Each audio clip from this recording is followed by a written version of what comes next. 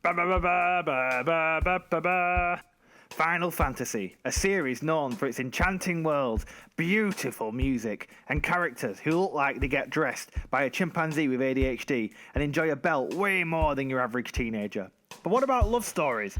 From the highs of Tidus and Yuna to the lows of Snow. You remember Snow, the douchebag in the beanie from FF VIII, and his girlfriend Sarah, who spends an entire game just hanging out with another sexy anime boy in a loincloth in 13-2. Love stories have always played a really important but often painful part of Final Fantasy. Unfortunately, the guys at Square Enix have as firm a grasp on the concept of love as Jeffrey Dahmer did. What you end up with is some of the most cringy romances you've ever seen. And this is exemplified in two games in particular. The admittedly astonishing Final Fantasy VII and the weird but very enjoyable Final Fantasy VIII. Both contain brooding, stoic protagonists, both contain excruciating love stories. But which game has the worst love story? Which game features the worst couple? Well, that's what we're going to find out now, so strap in and get ready to cringe. Round 1. Context. Context is everything, right? If I pissed on you, you might be well within your rights to call the police. But if you're on fire and my piss extinguished the flames, suddenly I'm a hero.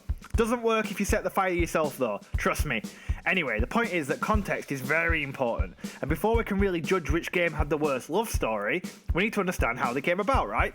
So in Final Fantasy VII, I'm focusing on Cloud and Tifa, because Ares gets skewered like a kebab halfway through the game, which I'm sure Tifa was very upset about.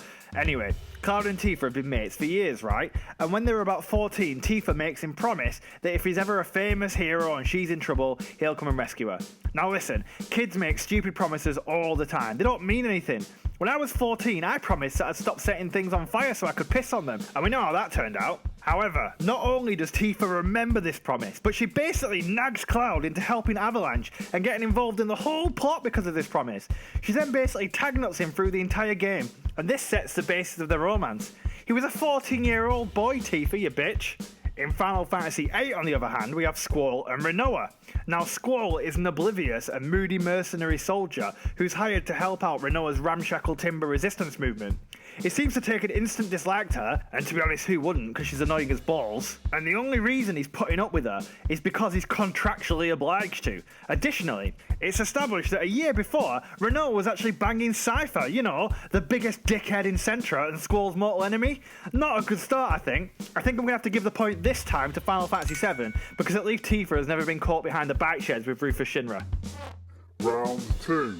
Development of romance. So for much of Final Fantasy VII, Cloud is in the middle of the most bland love triangle imaginable. Seriously, it's like being forced to choose between a lovely glass of tap water or a Ryvita. How exciting. However, once Ares gets turned into the world's worst modern art piece, Tifa makes a move. Cloud is turned into a vegetable after falling into the live stream, and Tifa becomes his nurse even though no one asked her to. She then decides that she loves him and is completely devoted to him, and it kind of comes out of nowhere, to be honest. Tell you what, she's lucky Ares got a Viking burial, because even with that huge sword thrust through her, I still think Cloud would have gone with her instead of Tifa. Now weirdly, Final Fantasy VIII's love story also goes up a notch when one of the participants is unconscious. Maybe the folks at Square have more in common with Jeffrey Dahmer than I thought. For the most part though, Squall seemingly has no interest in Rinoa whatsoever and is laser focused on his mission. But for some reason, his Scooby gang of implausibly powerful teenagers are obsessed with getting them together to an alarming degree, constantly trying to trick Squall into being alone with her, getting Squall to hand over his ring so Rinoa can make a copy, tiptoeing up to him and whispering, "Rinoa, Rinoa, Rinoa," in his ear every time he's not looking. I may have made one of those up. But either way, it's really strange. Squall seems completely oblivious to all of this until Rinoa falls into a sorceress-induced coma.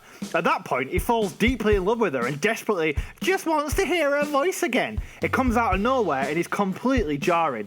You know what? No one gets a point here. Shame on you. You should not find comatose people sexy. Round 3. Happy endings. When it comes to love, who cares about how the sausage was made? All that matters is that juicy meat tube you get to nosh on at the end of it. For Final Fantasy VII, the game ends without giving us a firm conclusion as to whether Cloud and Tifa are going to bump ugly.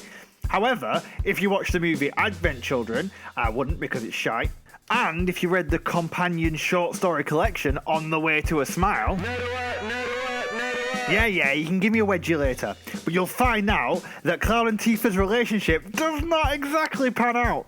Cloud hangs out with her for a little bit before deciding that he'd rather go and sleep in Aries' old church. That's right, Cloud would rather sleep with Aries' ghost than with Tifa. Tough break, but she is a proper nag, so I can't feel too sorry for her. Squall and Rinoa, on the other hand, do get a happy ending. Sure, there's some bumps along the way. Squall has to remind Rinoa that he's not a mum at one point. Rinoa has a sorceress from the future inside of her at another point. But in the end, the plot is wrapped up, and it seems that Squall and Rinoa are set to have at least some kind of awkward relationship, until Rinoa gets sick of him and ends up leaving him for poo-poo or something. Conclusion. So, what have we learned? Well, as a result of my entirely scientific and therefore above criticism process, we can objectively prove that they are both as bad as each other. No one wins and everyone, both me and you viewer at home, loses. If you disagree, and I'm sure you will because Tifa seems to have the best PR of any game character ever, let me know in the comments below. Do you think a different Final Fantasy has a worse love story? What about Noctis and Lunafray from Final Fantasy 15? What about Wacker and that Blitzball he drilled a hole into in Final Fantasy 10? Let me know in the comments. Bye bye!